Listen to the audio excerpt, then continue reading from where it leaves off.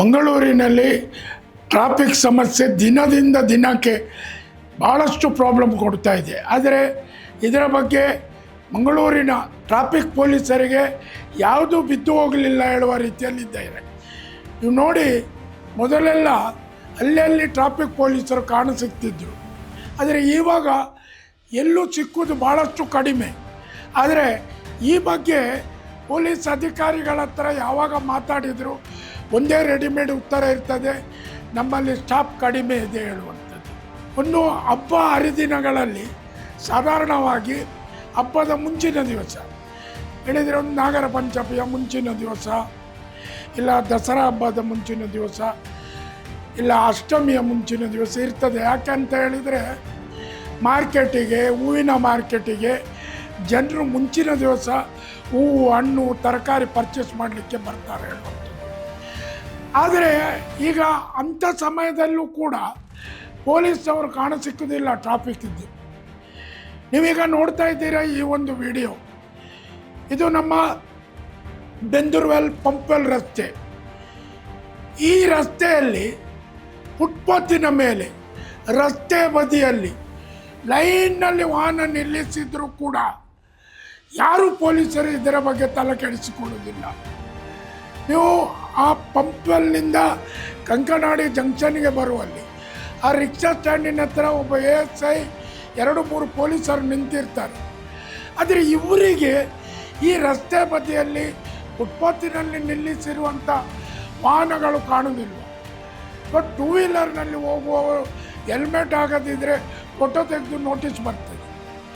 ಅದೇ ರಿಕ್ಷಾದವರು ಎಲ್ಲಿಯಾದರೂ ನೋ ಪಾರ್ಕಿಂಗ್ನಲ್ಲಿ ನಿಲ್ಲಿಸಿದ್ರು.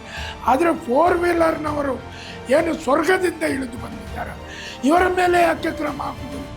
ಆಗ್ತದೆ ಒಂದೆರಡು ಮಾತ್ರ.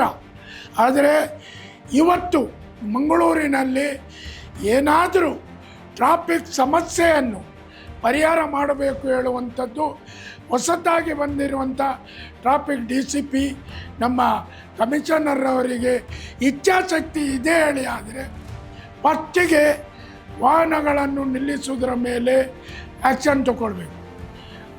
ಈಗ ನಮ್ಮದು ಹೇಗೆ ಹೇಳಿದರೆ, ಜನರು ಕೂಡ ಇದರ ಬಗ್ಗೆ ತಲೆ ಕೆಡಿಸಿಕೊಳ್ಳುವುದಿಲ್ಲ. 4 ವೀಲರ್ನಲ್ಲಿ ಬಂದವಾಗಲೂ ಅವ್ನು ನಿಲ್ಲಿಸಿ ಅವನಿಗೆ ಹತ್ತಿರದ ಅಂಗಡಿಗೆ ಹೋದರೆ ಆಯಿತು. ಅದು ರಸ್ತೆ ಬದಿ ಆಗಲಿ, ಫುಟ್ಪಾತ್ ಆಗಲಿ, ನೋ ಪ್ರಾಬ್ಲಮ್. ಆಗ ಈಗ ಒಂದು ಮಾಡಬೇಕಂತ ಹೇಳಿದರೆ, ಟೌ ಮಾಡಿಕೊಂಡು ಹೋಗುವಂಥ ವ್ಯವಸ್ಥೆ ಬೆಂಗಳೂರಿನಲ್ಲಿ ಪ್ರಾರಂಭ ಆಗಿದೆ, ಅದು ಮಂಗಳೂರಿನಲ್ಲಿ ಪ್ರಾರಂಭ ಆಗಿದೆ. ಯಾಕೆ ಅಂತ ಹೇಳಿದರೆ, ಟೌ ಮಾಡಿಕೊಂಡೋದ್ರೆ ಅವನಿಗೆ ವಾಹನ ವಾಪಸ್ ತರಬೇಕಾದ್ರೆ ಕಡಿಮೆಯಲ್ಲಿ 1 ಗಂಟೆ ಬೇಕು.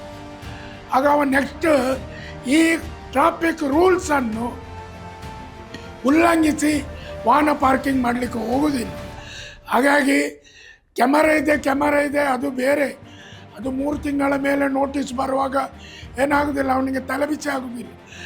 ಆದರೆ ಅವನು ನಿಲ್ಲಿಸಿದ ವಾಹನವನ್ನು ಪೊಲೀಸ್ನವರು ಎತ್ತಿಕೊಂಡು ಹೋದರೆ, ಈ ರೀತಿ ನೀವು ಈಗ ಏನು ನೋಡಿದಿರಿ, ವಾಹನಗಳನ್ನು ರಾಜಾರೋಷವಾಗಿ ನಿಲ್ಲಿಸಿ ಪಾದಚಾರಿಗಳಿಗೆ, ಇತರ ವಾಹನಗಳಿಗೆ ತೊಂದರೆ ಮಾಡುವಂಥದ್ದು, ಅದು ಖಂಡಿತ ಹತೋಟಿಗೆ ಬರ್ತದೆ.